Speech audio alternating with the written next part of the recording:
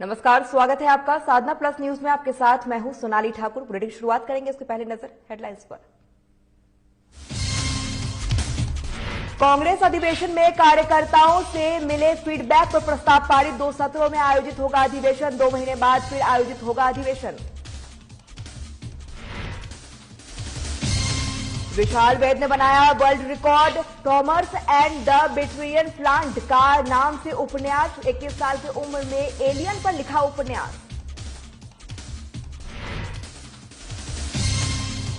अलवर में अनोखी स्कूल का किया गया निर्माण। प्लेन के तरह बनाया गया स्कूल का डिजाइन। स्कूल जाने में बच्चों में दिखा उत्सुक।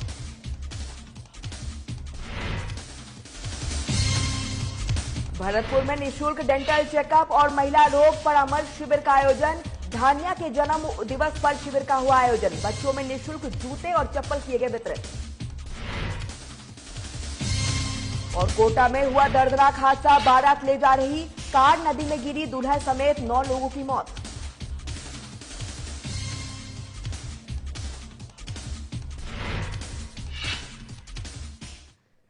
चलिए बुलेटिन शुरुआत करते हैं। प्रदेश कांग्रेस समिति की ओर से शनिवार को 2 सत्रों में आयोजित कांग्रेस के खुले अधिवेशन में 2 प्रस्ताव पारित किए गए हैं। वहीं कांग्रेस के अध्यक्ष गोविंद सिंह डोटासरा ने अधिवेशन के बाद पत्रकारों से बातचीत की है और कहा है कि अधिवेशन में केंद्र सरकार की विफलताओं को गांव, डांडी और वार्ड तक पहुंचाने और 3 साल में कार्यकर्ताओं से मिले सुझावों से जुड़े प्रस्ताव मुख्यमंत्री को सौंपे गए हैं। वहीं उन्होंने बताया है कि मुख्यमंत्री अशोक गहलोत ने खुले दिल से कहा है कि प्रदेश कांग्रेस समिति ने पार्टी कार्यकर्ताओं की भावनाओं को ध्यान में रखते हुए जो सुझाव दिए हैं उसी के आधार पर बजट पेश किया जाएगा। वहीं प्रदेश अध्यक्ष ने बताया है कि 2 महीने बाद कांग्रेस कार्यकर्ताओं का ऐसा ही एक और अधिवेशन आयोजित किया जाएगा। साथ ही उन्होंने कहा है कि आगामी अधिवेशन में संकल्प लिया जाएगा कि राज्य सरकार ब्लॉक अध्यक्ष और जिला पदाधिकारियों की भावनाओं के अनुसार काम करेगी।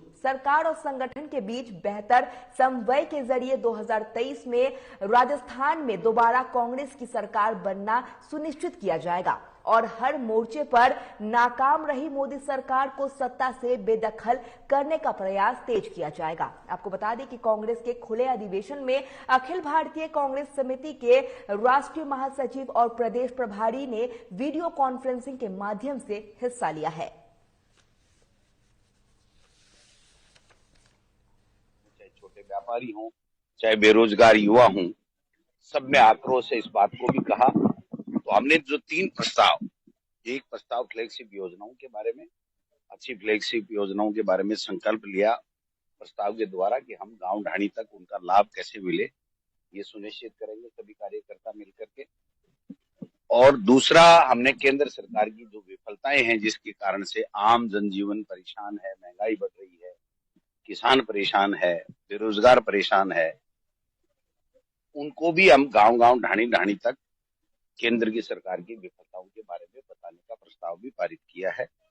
और एक प्रस्ताव जो फीडबैक हमें 3 साल में मिला कार्यकर्ताओं से, पिछले कुछ दिनों पहले मैंने पीसीसी की तरफ से सबसे सुझाव आमंत्रित किए थे और जो हमारी मेल पे आए, पीसीसी की मेल पे आए, मेरे इंडिविजुअल आए, यहाँ भी आए, यहाँ भी लोगों ने बात की, उन सबको सम्मिलित करते हुए हमने एक प्रस्ताव पारित करके और मुख्यमंत्री जी को दिया है कि कांग्रेस का कार्यकर्ता राजस्थान में जिसके बलबूते के ऊपर हम सरकार में आए हैं वो किस तरीके का बजट चाहता है, ये विजन हमने एक प्रस्तुत किया है। और भवानी मंडी क्षेत्र में विश्व रिकॉर्ड होल्डर लेखक विशाल वैद ने अपने उपन्यास टॉमर्स एंड द बेट्रियन प्लैनेट के दौरान आपको बता दें कि हाल ही में वर्ल्ड रिकॉर्ड बनाकर अपना नाम इंटरनेशनल बुक ऑफ रिकॉर्ड्स में दर्ज कराया है और जिसके बाद पूरे क्षेत्र में उनकी प्रशंसा और चर्चा हो रही है।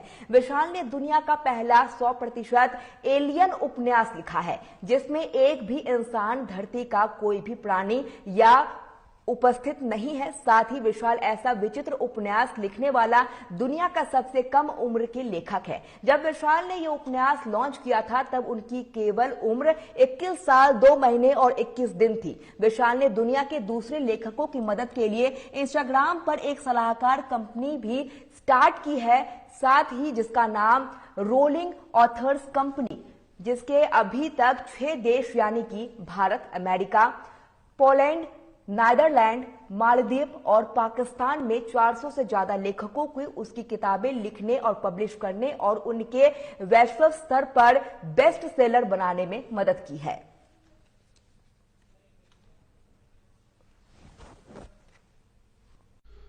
उपन्यास लिखना हर किसी की बात नहीं है और महज कम उम्र में, खासकर 21 साल की उम्र में उपन्यास लिखना, शायद ही कोई ऐसा व्यक्ति होगा जो इतनी कम उम्र में उपन्यास लिख सकता है।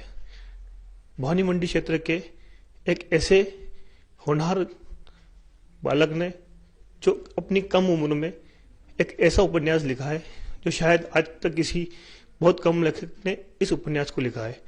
तो आइए हम बात करते हैं उस उपन्यासकार की और उनसे शुरू से लेकर आखिर तक उनसे चर्चा करते हैं कि उनने किस प्रकार से इस उपन्यास को लिखने में मदद की है और किस प्रकार से इसको एक आगे की ओर अग्रसर किया है। जी नमस्कार, मेरा नाम विशाल वेद है और मैं राइटर हूँ टोमाकस एंड द बिटरेड प्लेनेट का। ये मेरी बुक है जो मैंने 2019 में लॉन्च की थी और इस बुक को भी रिसेंटली वर्ल्ड रिकॉर्ड मिला है। और इस बुक को जो वर्ल्ड रिकॉर्ड मिला है वो इसलिए मिला है कि ये दुनिया की पहली ऐसी किताब है जिसमें कि कोई भी इंसान नहीं है, न इस पूरी नोवेल में या इस पूरे उपन्यास में कोई भी धरती या कोई जीव या प्राणी या कोई भी वनस्पति नहीं है। तो ये बहुत विचित्र किस्म की बुक है जो कि आज से पहले कभी किसी ने लिखी नहीं थी। और मैं सबसे कम उम्र का ऐसा लेखक हूं जिसने कि इस टाइप की कोई बुक लॉन्च की है मार्केट में। और अभी ये बुक काफी पॉपुलर हो रही है इंडिया के अंदर में और बुक का नाम है टोमाकस एंड द बिटरेड प्लेनेट। आपको यह जो उपन्यास लिखा है, आपको ये कहाँ से शुरुआत की कि मेरे को उपन्यास लिखना चाहिए, कैसे क्या करना चाहिए?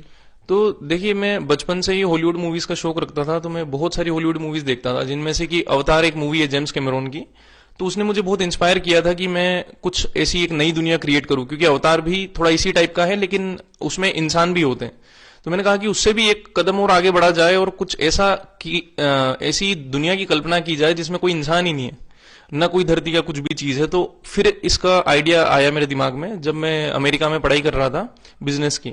मैं यूनिवर्सिटी ऑफ कैलिफोर्निया बर्कली में जब अपनी पढ़ाई कर रहा था उस समय मुझे इसका आइडिया आया। फिर वहां से आने के बाद में मैंने इस पे काम करना शुरू किया और ये मुझे ऑलमोस्ट 1 साल लगा इसको कंप्लीट करने में और फिर मैंने इसको लॉन्च किया। ये आपकी जो बुक है और जो आपको रिकॉर्ड मिला है, ये कब मिला है? ये रिकॉर्ड मुझे अभी ऑलमोस्ट 1 महीने पहले ही मिला है और मेरी बुक तो 2019 में लॉन्च हुई थी। तो ये रिकॉर्ड मुझे उसके बाद में मैंने जब अप्लाई किया इसके लिए, क्योंकि मुझे बहुत सारे लोगों ने बोला कि आपकी बुक भाई बहुत नए टाइप की है और ऐसी टाइप की कोई बुक हमने पहले नहीं पढ़ी है, आप एक बार नेट पे सर्च करो कि क्या कोई ऐसी और भी बुक है। तो जब मैंने सर्च किया तो ऐसा मुझे कुछ भी नहीं मिला। फिर मैंने सोचा कि वर्ल्ड रिकॉर्ड के लिए अप्लाई किया जाए, जब अपनी चीज उस लेवल की है, जब अपनी किताब उस लेवल की है। तो जब मैंने अप्लाई किया तो उनको काफी महीने लगे सर्च करने में, लेकिन उन्होंने भी फिर फाइनली इसी निष्कर्ष पे निकले कि किसी और लेखक ने या दुनिया के किसी भी उपन्यासकार ने यह दावा नहीं किया है कि उनकी बुक इस टाइप की है। फिर उन्होंने फाइनली मुझे इसका रिकॉर्ड दिया, वर्ल्ड रिकॉर्ड दिया। इस रिकॉर्ड के लिए आप सबसे ज्यादा श्रेय किसको देंगे? इस रिकॉर्ड के लिए मैं सबसे ज्यादा श्रेय तो अपनी माताजी को देना चाहूंगा, क्योंकि मैंने ये सुना है कि 95% लोग जो इस दुनिया में बहुत सक्सेसफुल होते हैं उनके पीछे किसी एक औरत का हाथ होता है। तो वो मेरे पीछे मेरी मम्मी का हाथ था। जब मुझे लोगों ने सपोर्ट नहीं किया, मतलब मेरी जिंदगी में बहुत सारे फेलियर्स भी रहे हैं, ऐसा नहीं है कि मैं हमेशा सक्सेसफुल ही बना हूं, लेकिन मेरी मम्मी एक ऐसी इंसान है जो कि मेरे साथ में हर जगह खड़ी हुई थी। जब मेरा आईआईटी में नंबर नहीं आया था तो उस समय लोगों ने मेरा मजाक उड़ाया। लोगों ने बोला कि भाई ये क्या करेगा, इतने साल से इतना टॉपर बना फिर रहा था लेकिन इसका कुछ नहीं हुआ। तो उस समय मेरी मम्मी एक अकेली थी जिसने मुझे मेरा उत्साहवर्धन किया, मुझे बताया कि तू रुक मत, मुझे तुझ पे पूरा भरोसा है। अगर वो मेरे साथ नहीं होती तो शायद मैं आज ये कुछ भी नहीं कर पाता। जी बहुत बहुत धन्यवाद आपका साथ न्यूज प्लस पे जुड़ने के लिए। डिडवाना से इस वक्त की बड़ी खबर बता दें आपको, इस वक्त की बड़ी खबर आ रही है डिडवाना से, जहां पर लगातार आपको बता दें कि सामूहिक दुष्कर्म से पीड़िता की मौत का यह मामला सामने आया है और यहां एसएमएस अस्पताल के बाहर आंदोलन कर रहे लोगों को खंडेरा। साथ ही पुलिस ने देर रात आंदोलन कर रहे लोगों को खंडेरा है और पुलिस ने लोगों के मोबाइल फोन भी जब्त किए हैं। साथ ही पीड़िता के शव को मोचुड़ी में भिजवाया गया है, पोस्टमार्टम के लिए भिजवा दिया गया है। डिडवाना की इस वक्त की अहम जानकारी, बड़ी खबर आपके टीवी स्क्रीन पर है। सामुदायिक दुष्कर्म से पीड़िता की मौत हुई थी और इस दौरान पुलिस ने देर रात आंदोलन कर रहे लोगों को खदेड़ा है। साथ ही पुलिस ने लोगों के मोबाइल फोन को भी जब्त किए हैं। पुलिस ने देर रात आंदोलन कर रहे लोगों को खदेड़ा है। और डिडवाना से इस वक्त की बड़ी खबर, जहां सामूहिक दुष्कर्म से पीड़िता की मौत हुई थी और इस दौरान पुलिस ने जो देर रात आंदोलन कर रहे लोगों को खदेड़ा है। पुलिस ने लोगों के मोबाइल फोन जब्त कर लिए हैं और इस दौरान शव को पोस्टमार्टम के लिए भिजवा दिया गया है।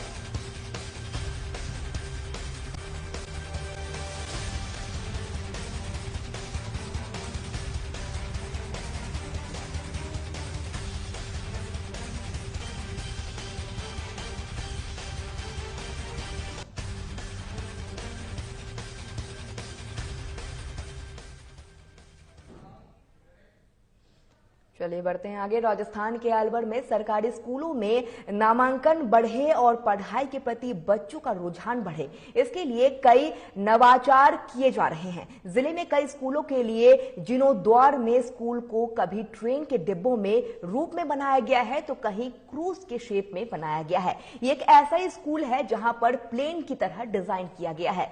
प्लेन में बैठने को लेकर बच्चों में ज्यादा उत्साह देखने को मिल रहा है और इस दौरान स्कूल जाने के लिए भी बच्चे काफी उत्सुक नजर आ रहे हैं। आपको बता दें कि सर्व शिक्षा अभियान भारत सरकार का एक प्रमुख कार्यक्रम है जिसकी शुरुआत अटल बिहारी वाजपेयी द्वारा एक निश्चित समाविधि के तरीके से प्राथमिक शिक्षा के सार्वभौमिकरण को प्राप्त करने के लिए किया गया था, जिसके तहत 6 से 14 साल के बच्चों को मुफ्त और अनिवार्य शिक्षा के प्रावधान को मौलिक अधिकार बनाया गया। इस कार्यक्रम का उद्देश्य 2010 तक संतोषजनक गुणवत्ता वाली प्राथमिक शिक्षा के सार्वभौमिकरण को प्राप्त करना है। वहीं इस स्कूल को बनाने के लिए करीब 45 लाख रुपए खर्च किए गए हैं, जिसके लिए एक एनजीओ समेत ग्रामीणों का भी सहयोग मिला है।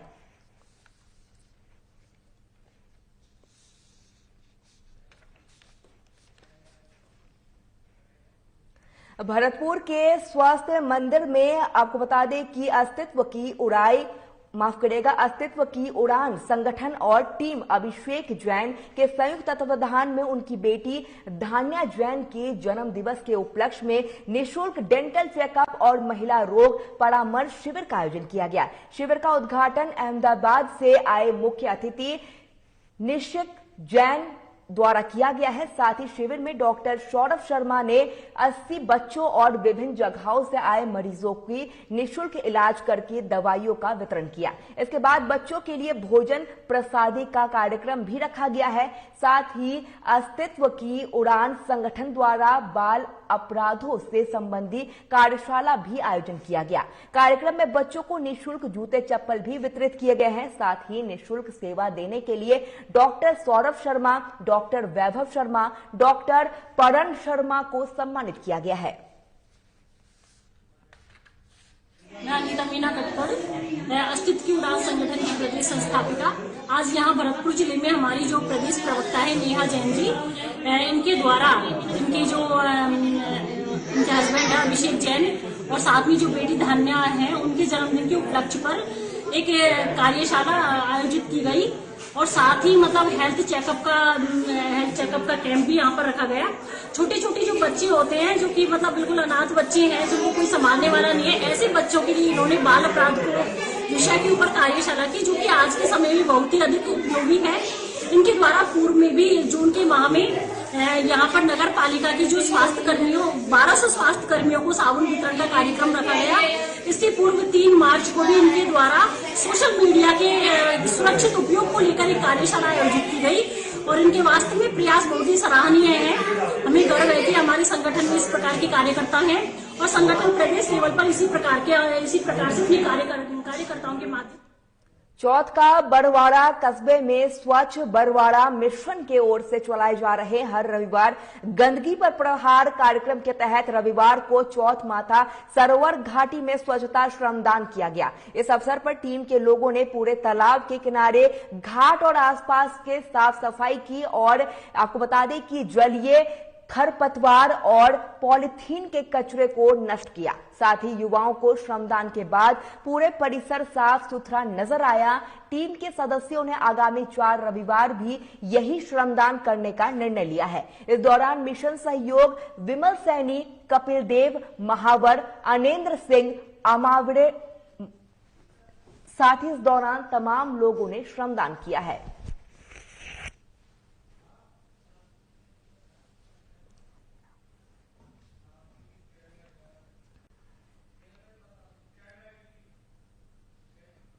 ग्रामीण इलाकों में झोलाछाप डॉक्टरों की भरमार है। चौक चौराहे पर बड़े बड़े बोर्ड लगाकर ये डॉक्टर भोले भाले ग्रामीणों को ठगने के प्रयास में लगे हैं और इलाज कर उन्हीं की जान के साथ खिलवाड़ कर रहे हैं। वही भोली भाली जनता इनके झांसे में आकर आर्थिक दोहन के साथ साथ शारीरिक नुकसान भी पहुंचा रहे हैं। आपको बता दें कि कस्बे में 4 से 5 झोलाछाप डॉक्टर ने क्लिनिक संचालित किया है। इसके खिलाफ ना तो स्थानीय प्रशासन और न ही चिकित्सा महकमा कोई कार्रवाई नहीं कर रहा है, जिसके चलते इनके हौसले दिन प्रतिदिन बुलंद होते हुए नजर आ रहे हैं।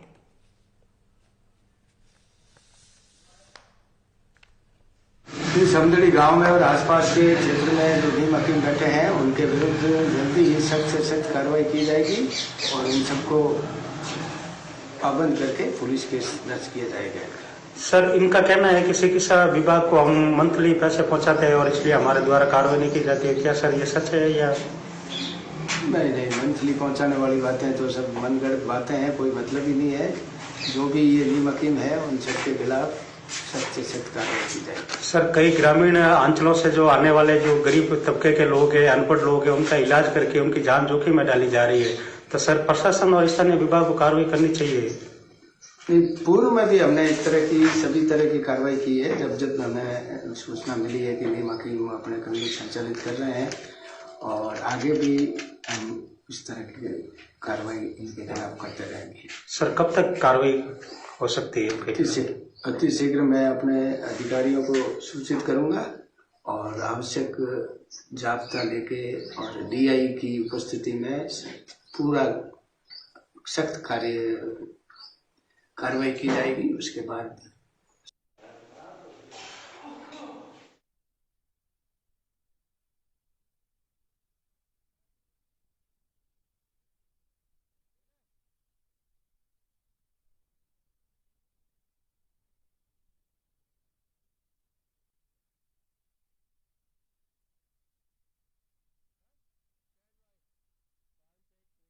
चलिए जयपुर से इस वक्त की अहम जानकारी आपको दे दें। जयपुर से बड़ी खबर और लगातार आपको बता दें कि 10वीं के छात्रा से छेड़छाड़ का यह मामला सामने आया है। निजी स्कूल के प्रिंसिपल ने छेड़छाड़ की है। साथ ही परिजनों ने करनी बिहार थाने में यह मामला दर्ज कराया है।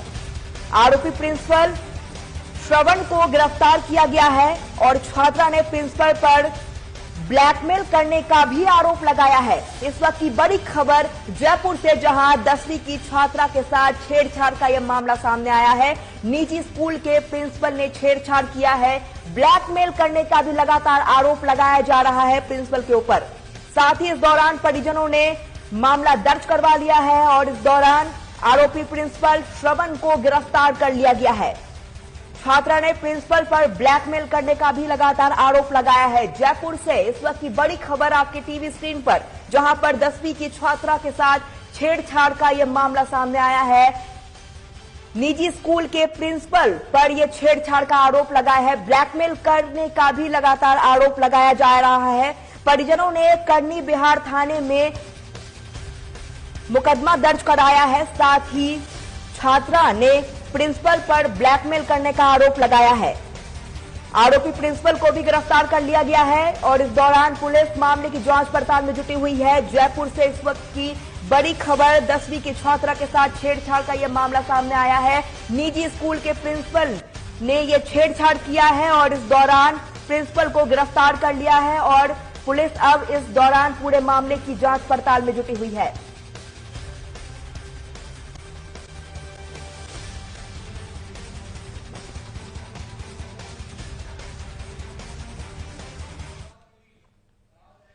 चले बढ़ते हैं आगे। भरतपुर के ब्रज भूमि कल्याण आपको बता दें कि परिषद के भगवान श्री कृष्ण की ब्रिज 84 कोष यात्रा में धर्म क्षेत्र में मुस्लिम तुष्टीकरण के राजनीतिक षड्यंत्र में मेवात विकास बोर्ड का राज्यादेश 20 फरवरी 1987 के सरकार द्वारा किया गया है। वहीं ब्रिज भूमि कल्याण परिषद भरतपुर ने इस दिन को काला दिवस के रूप में मनाते हुए लक्ष्मण मंदिर भरतपुर पर विरोध स्वरूप सद्बुद्ध यज्ञ किया है। इस दौरान आयोजन में मुख्य अतिथि ब्रिज भूमि कल्याण परिषद के प्रदेश महामंत्री अनिल भारद्वाज, वरिष्ठ अतिथि परिषद के अध्यक्ष देवेंद्र चामर, कार्यक्रम की अध्यक्षता अशोक सिंह जगिया ने की है। वहीं यज्ञ के दौरान प्रदेश महामंत्री अनिल भारद्वाज ने कहा है कि ब्रिज भूमि पर ब्रिज कल्याण बोर्ड बनाने के मांग को लेकर आज प्रधानमंत्री और राजस्थान के राज्यपाल को ज्ञापन भेजा गया है।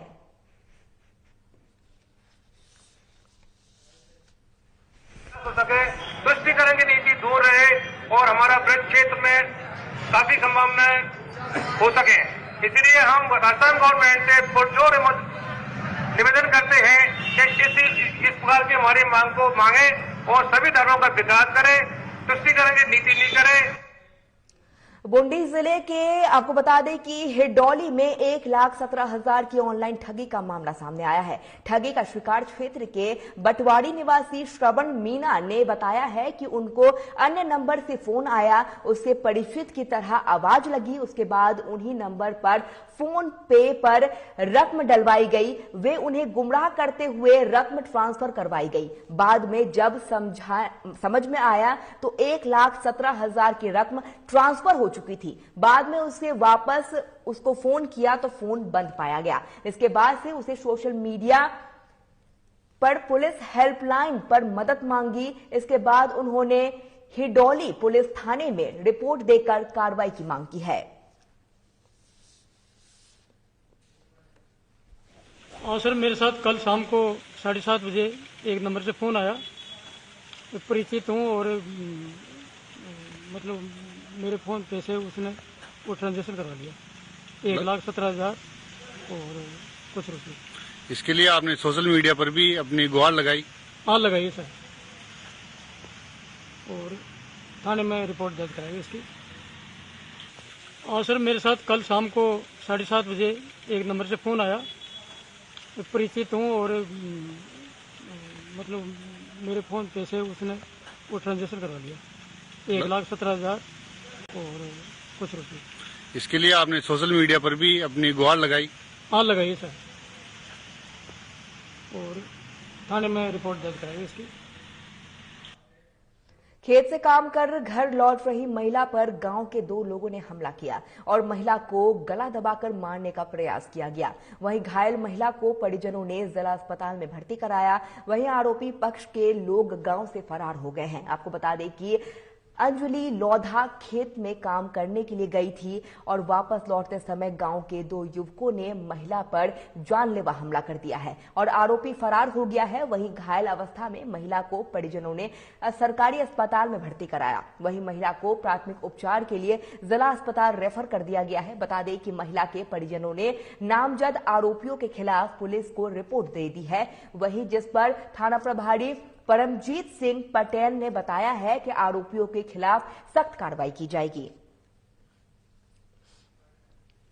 और मेरी पत्नी नरेगा कार्य करके घर की तरफ जा रही थी। महाराज सिंह सनब किरोरीलाल ने गर्दन पकड़ी थी और रावनिवास सनब भजन सिंह ने मूंड पकड़ के उठा के दे मारा था। और जगदीश और सनब भजन सिंह, राहुल सनब रावनिवास, इन लोगों ने मारपीट की थी। इनसे कोई पुराना विवाद चल रहा था आपको? पुराना विवाद कोई नहीं था। कौन से गांव की घटना है? ग्राम सीतापुरा पोस्ट कैंट्री, तहसील सैमपुर, जिला धौलपुर, राजस्थान।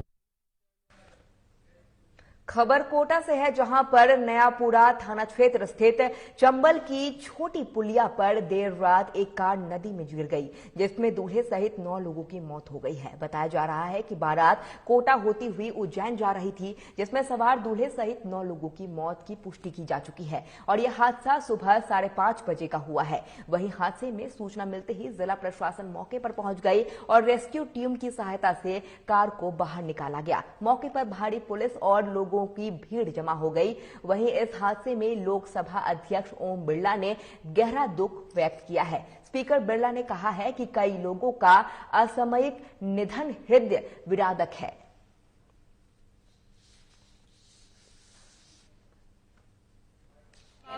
घटना ये जोधपुर बरवाड़ा से बारात जा रही थी उज्जैन और रात को 4:30 पौने 5 बजे की घटना है। जैसे बराती जो बराती थे गाड़ी अल्टिका गाड़ी के अंदर अल्टिका गाड़ी 7 सीटर गाड़ी थी, जिसमें 9 आदमी सवार थे और रात का अंधेरा होने में वो चाय के चक्कर में इधर बस स्टैंड की तरफ बड़ी पुलिया से छोटी पुलिया पे निकल रहे थे, जिसमें पत्थर पड़ा से गाड़ी टकरा के नहीं और नीचे सीधी चंबल पुलिया से नीचे कूदी, जिसमें 9 के 9 आदमियों की डेथ हुई।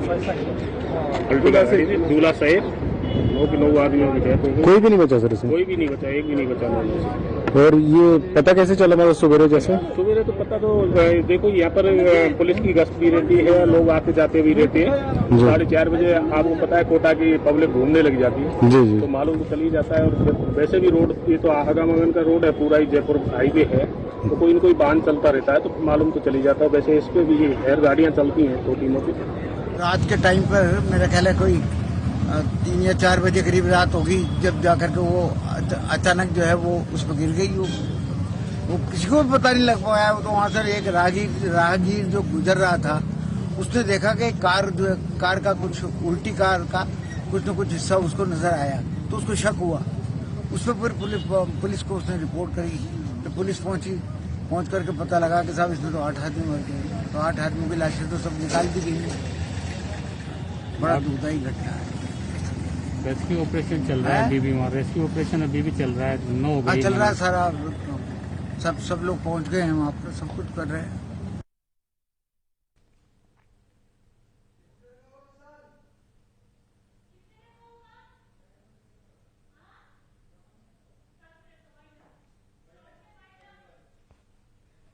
चलिए फिलहाल इस बुलेटिन में इतना ही। देखते रहिए साधना प्लस न्यूज। नमस्कार।